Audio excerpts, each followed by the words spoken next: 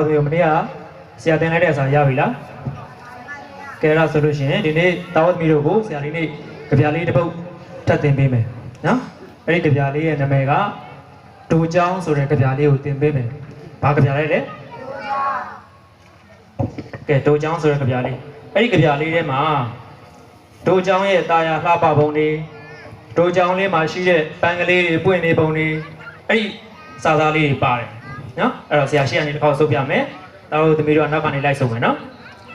ပန်းကလေးများပွင့်တော်မီပန်းကလေးများပွင့်တော်မီဘုဒ္ဓံဝင်လို့ချီဘုဒ္ဓံဝင်လို့ချီနေကြီးမှာရွှေလောင်းနေကြီးမှာရွှေလောင်းငါတို့စာတင်ကြောင်းငါတို့စာတင်ကြောင်းကဲတောင်းမျိုး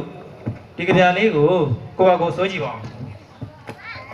လေးများဝင်တော်မီဘုဒ္ဓံဝင်လို့ချီနေကြီးမှာရွှေလောင်းငါတို့စာတင်ကြောင်း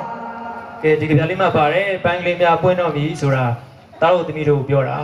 ဒီပန်းကလေးတွေပွင့်ပြီဆိုရင်တာဝတ်သမီးတို့ကလည်းဒီကျောင်းထဲမှာဖြူစိမ့်လေးတွေနဲ့လှလှပပနဲ့အနာဂတ်ရဲ့သားကောင်းလေးတွေကျောင်းထဲမှာရောက်လာပြီဒီစာသင်ကျောင်းကနေစပြီးမှမင်းတို့နောက်တစ်ချိန်မှာ